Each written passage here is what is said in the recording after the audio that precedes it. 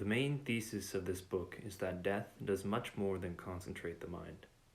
The idea of death, the fear of it, haunts the human animal like nothing else. It is a mainspring of human activity designed largely to avoid the fatality of death, to overcome it by denying in some way that it is the final destiny for man. Most mature folk know of death. They have experienced familial loss, witnessed the wheel of time altering their bodies, seen political and militaristic devastation on screen or firsthand. But for Ernest Becker, author of Pulitzer Prize-winning The Denial of Death, this detached perspective, one in which we ourselves are not vanishing, is not nearly enough. In this video series, I want to demonstrate the intrusiveness and explanatory power of psychoanalysis. Becker has distilled the ideas of gargantuan figures in psychoanalytic history, not least among them Sigmund Freud, Carl Jung, Soren Kierkegaard, and Otto Rank. And he has, in my opinion, constructed one of the most convincing, accessible, and practical analyses of human behavior. While I disagree with some of his conclusions, I will offer in later videos some alternatives to his staunch pessimism, and we will do our best to unravel the everlasting predicament of the human condition. I'm glad that you've joined me on this journey, and thanks for tuning in.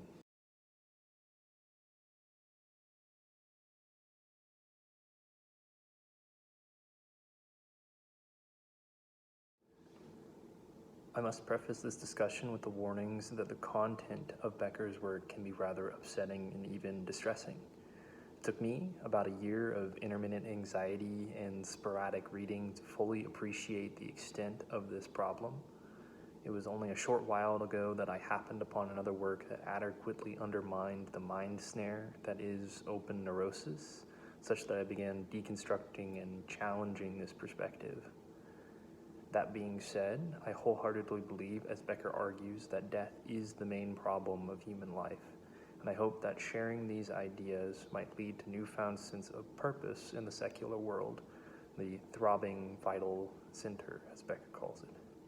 So without further ado, let us start defining terms.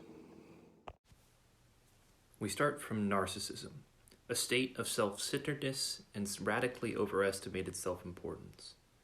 Becker and the psychoanalytic theorists document narcissism as endemic to infancy and early childhood, claiming that the utter dependence of the helpless babe on the doting mother may appear to it as omnipotence, the fulfillment of all basic needs upon calling out to the world.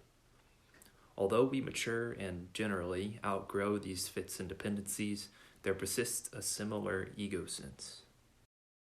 Our organism is ready to fill the world alone, even if our mind shrinks at the thought. This narcissism is what keeps men marching into point-blank fire and wars.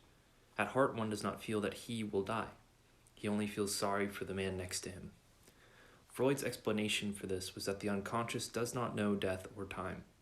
In man's physiochemical, inorganic recesses, he feels immortal. So in one sense, we abhor the consciousness vacuum, the void.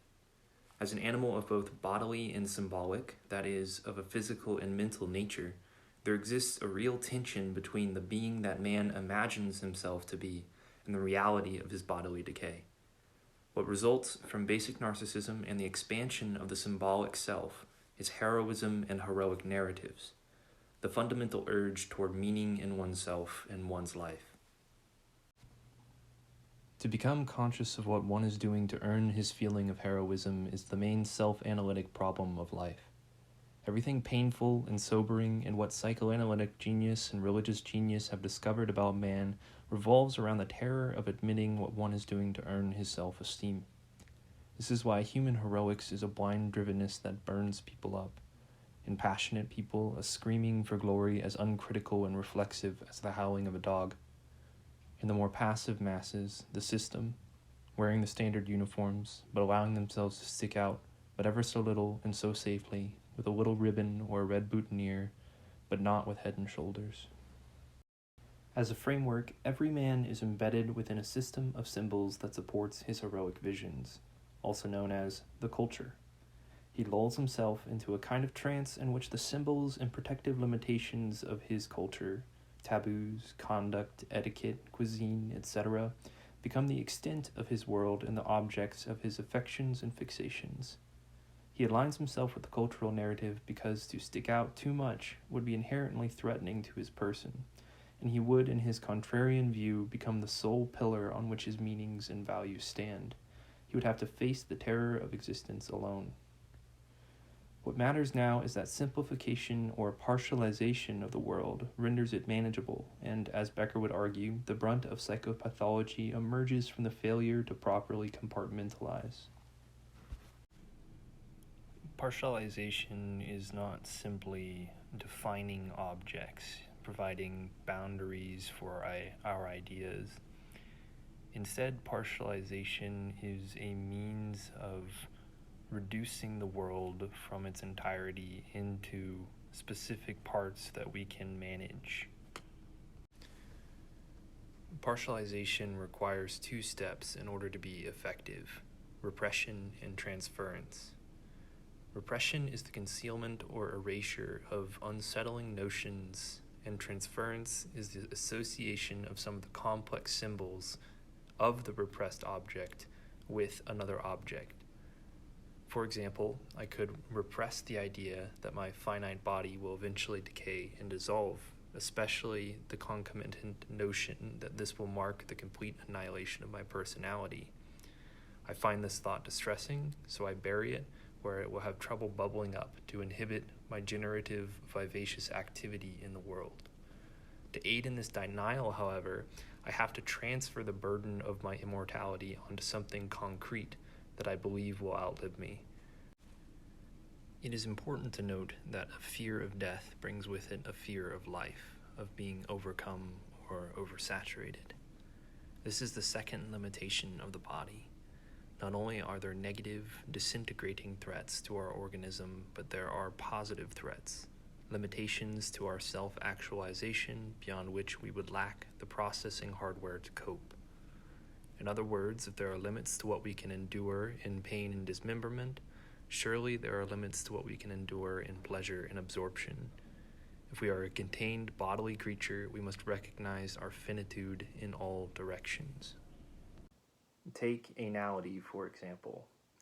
As Becker would say, quote, "Anality and its problems arise in childhood because it is then the child already makes the alarming discovery that his body is strange and fallible and has a definite ascendancy over him by its demands and needs. Try as he may to take the greatest flights of fancy, he must always come back to it. Strangest and most degrading of all is the discovery that the body has, located in the lower rear and out of sight, a hole from which stinking smells emerge, and, even more, a stinking substance, most disagreeable to everyone else and eventually even to the child himself.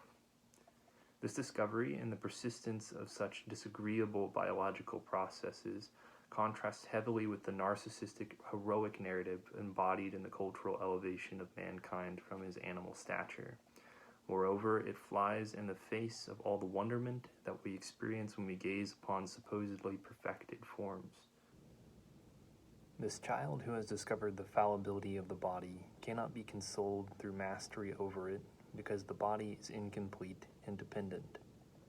Nor can the child be consoled by plunging into the world of experience and sensation because he is ultimately disappointed by and fearful of the constraints of his biology. What he comes to recognize is that his life in its finitude is suffocating, so he abandons the self-actualization project beyond the cultural bound. One of the first things the child has to do is to learn to abandon ecstasy, to do without awe, to leave fear and trembling behind. Only then can he act with a certain oblivious self-confidence, when he has naturalized his world. We say naturalized, but we mean unnaturalized, falsified, with the truth obscured, the despair of the human condition hidden, a despair that the child glimpses in his night terrors and daytime phobias and neuroses. We seek stress, we push our limits, but we do it with our screen against despair and not with despair itself. And so we reach the nexus of Becker's analysis. The relinquishment of power over one's life and one's heroism displaces meaning sources and thereby liberates the individual from assessing his own merits within an ambiguous universe. He cannot process the whole world before every step, so he attaches rewards to external objects capable of conferring onto him admonishments and praise. All the while he denies vehemently that they hold power over him, that they are his masters. What is left are the character defenses and a hidden neurosis, neurosis being the psychological screen by which misery is avoided. Normally, neuroses are diagnosed when they become an impediment to everyday functioning, say when anxiety inhibits our productivity at work or when depression intrudes on social outings. But what Becker is positing is that we are always in a state of neurosis, in the sense that we are always, when not replete with anxiety and restlessness about our condition, somehow denying or avoiding the truth. He states, quote, Freud summed it up beautifully when he somewhere remarked that psychoanalysis cured the neurotic of misery in order to introduce the patient to the common misery of life.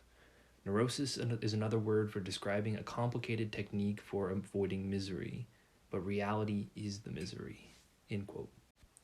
If this is true, then anything that one does to become clean, to rid himself of narcissism and repression and finitude, to deny his confines in the middling recesses of nature, can only offer him the opportunity to confront not a heroic besting of his condition, not some cosmic beast that he can tame, but a mere glimpse at some inner paradox of himself, the foremost proposition of his being, the fount of all his vigorous action, the ultimate deception, the vital lie.